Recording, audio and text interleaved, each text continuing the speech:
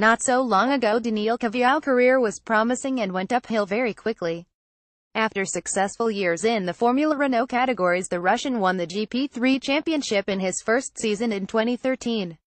With Mark Webber's retirement, Daniil Ricciardo moved up the ladder to the senior Red Bull team, and this opened a free spot at Toro Rosso, which was given to the young Russian to have his first Formula One race at the age of 19, and he did not disappoint, finishing ninth at the 2014 Australian GP to score his first points and break the record of Sebastian Vettel being the youngest point scorer in F1 history before Max Verstappen broke that record again 1 year later, despite having less points than Jean-Eric Vergne, who was in his third season with Toro Rosso. Red Bull promoted the young Russian to Red Bull Racing after the sudden announcement of Vettel's move to Ferrari for 2015. Early promotion to Red Bull Racing. The question here is, did this move came too early for the Russian to take? The more experienced Jean-Eric Vergne would have been a safer solution, but Red Bull are known for taking risks, as they did in the same year by giving Max Verstappen a drive after just his first single-seater season in Formula 3.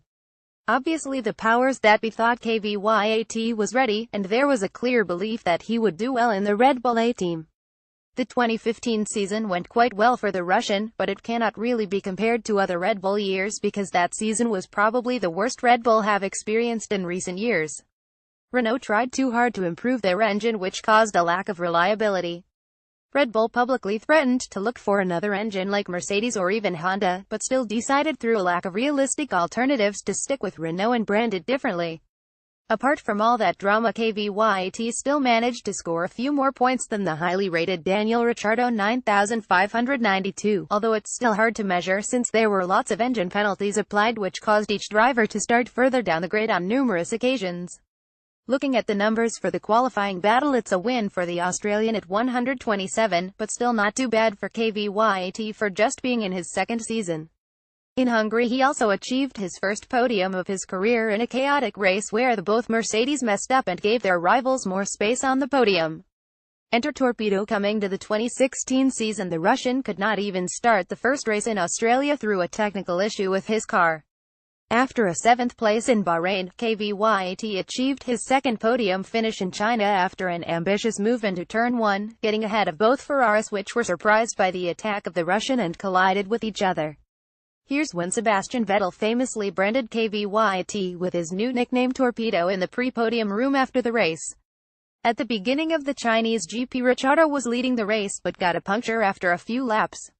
Would it have been enough for the win? You could clearly tell that the Australian had better pace than Kvyat at the start of the 2016 season, and that this podium was surely a result of lucky circumstances since Hamilton also started from further back. Did these circumstances put Kvyat under too much pressure? The next Grand Prix was his home race in Russia, where he managed to crash into the Ferrari of Vettel not only once, but twice, in the first few corners, resulting in the German ending his day in the wall. The hit in Turn 1 also minimized the chances of Ricciardo, who lost positions due to the first corner chaos, and the race ended with both Red Bulls finishing outside the points. These two races would prove very costly to Kvyat.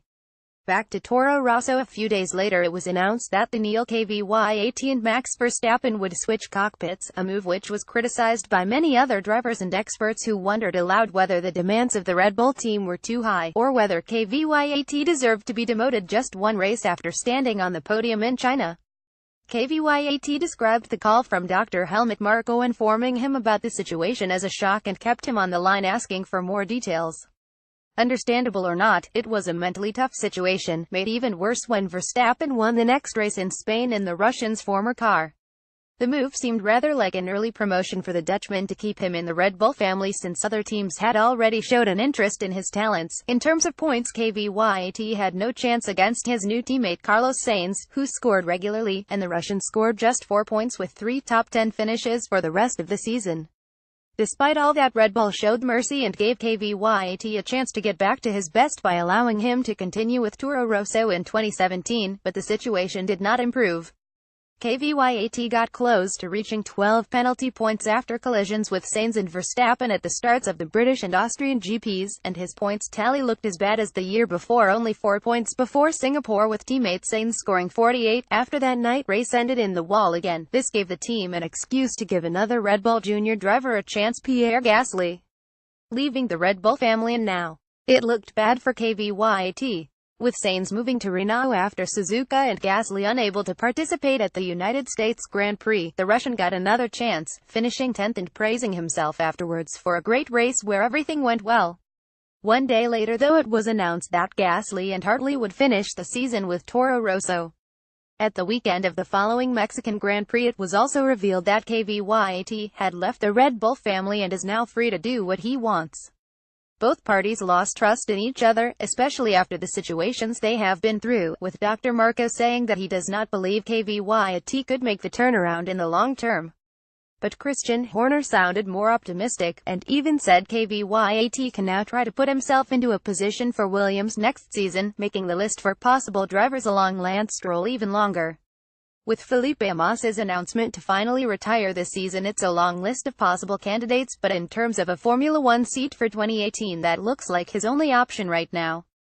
Maybe he could try to get in somewhere as a third driver with the option to return to Formula One in 2019, or maybe take part in another series in 2018 like Formula E. Being released from Red Bull a few races before the end of the year could help him to better evaluate his options for next year and the continuation of his career, with or without Formula One. Did Kvyat deserve to be dropped by Red Bull? Could his career have gone a different way? Vote and let us know your thoughts in the comments below. Want to share your opinion? Why not write for us? Previous post, next post, next.